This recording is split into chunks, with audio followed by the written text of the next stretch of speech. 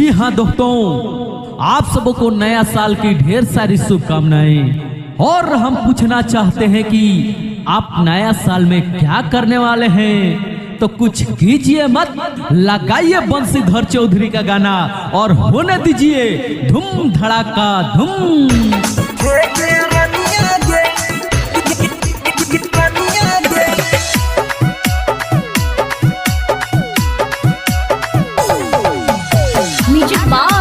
DJ विकास सीतामढ़ी। राजगीर पटन रांची, राजगीर पटन रांची, छोड़े नैनीताल। हे गे रनिया गे, हे गे रनिया गे, चले मनैबै मुंगेर नया साल। हे गे रनिया गे, चले मनैबै मुंगेर नया साल। राजगीर पटन रांची, राजगीर पटन रांची, छोड़े नैनीताल। हे गे रनिया गे, हे गे रनिया गे, चले मनैबै मुंगेर नया साल।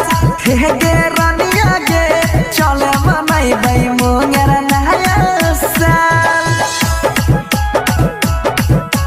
डीजे विकास मटियार कला presented by Albina Recording Studio, Simran।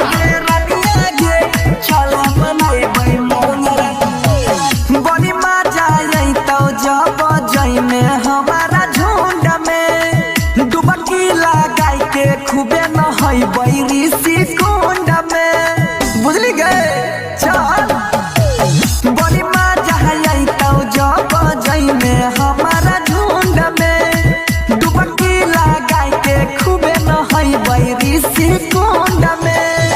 एकरा सोझा कुछो नहीं, एकरा सोझा कुछो नहीं, लहना दन नेपाल। हे गे रनिया गे, हे गे रनिया गे, चले मनैबै मुंगेर नया साल।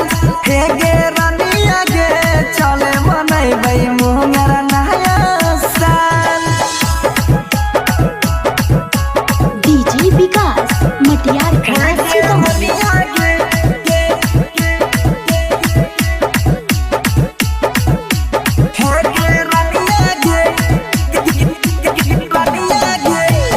काली पहाड़ नामी चंडिका स्थान गे, दर्शन करैबो बड़ी दुर्गा माई के जान गे। दर्शन करके उद्धार हो जेमे गे। काली पहाड़ नामी चंडिका स्थान गे, दर्शन करैबो बड़ी दुर्गा माई के जान गे।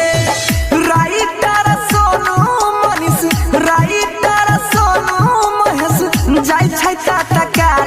हे गे रनिया गे, हे गे रनिया गे, बनसी संगे मनाइले नया साल। हे गे रनिया गे, हमारे संग में मनाइले